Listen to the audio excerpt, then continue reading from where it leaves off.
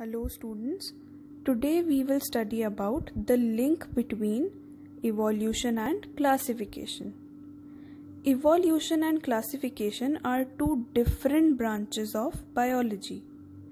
Evolution deals with figuring out how organisms evolved or how new species are born from older species, whereas classification deals with how closely related two species are. That means, how can we divide these species into groups or subgroups based on their characteristics.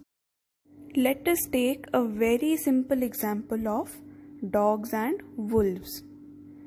Dogs and wolves are very closely related because they show a lot of common characteristics.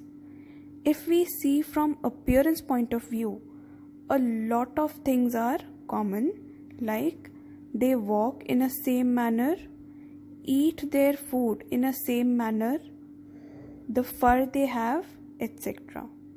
But if you compare a dog with a chimpanzee, we can say that these two are not very closely related, but they do have some common characteristics. For example, both of these animals have 4 limbs. Both of them have 2 eyes, 2 ears.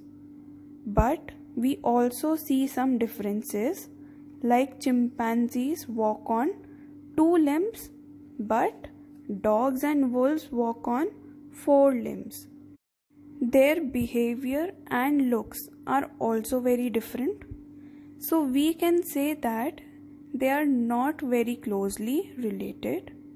What about human beings? We are more closely related to chimpanzees, but there are many remarkable differences. That means we are not very closely related to them. But we are very different from dogs and wolves. So a question arises, what can we understand about their evolution? This is the link that we are looking for. Well, if two organisms share a lot of common characteristics, then we can say that they evolved from a common ancestor very recently. If two organisms are not so closely related, then they have older ancestors. It is believed that all living things have evolved from a common ancestor billions of years ago. So, majority of organisms that we see today are formed due to accumulation of changes in body form.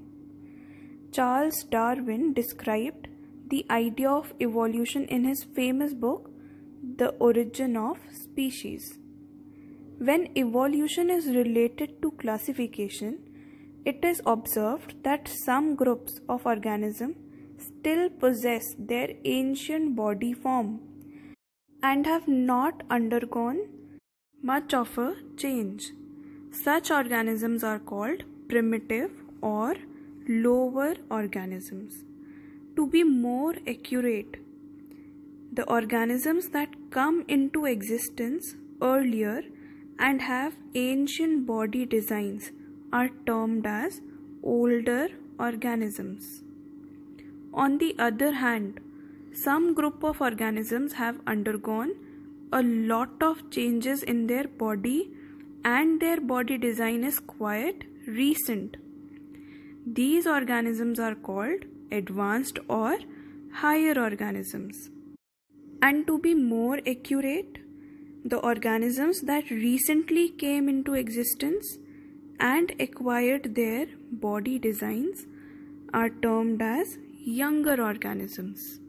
From this observation, we can conclude that older organisms have simpler forms while younger organisms have more complex forms. So, the complexity of body form has increased with the evolutionary time. And as the organisms evolve and new species are formed, these are then classified based on their similarities with the existing groups and subgroups. This will be more clear in our next video lesson, where we will study about the hierarchy of classification of groups and subgroups. Hierarchy means arrangement of categories. Hello.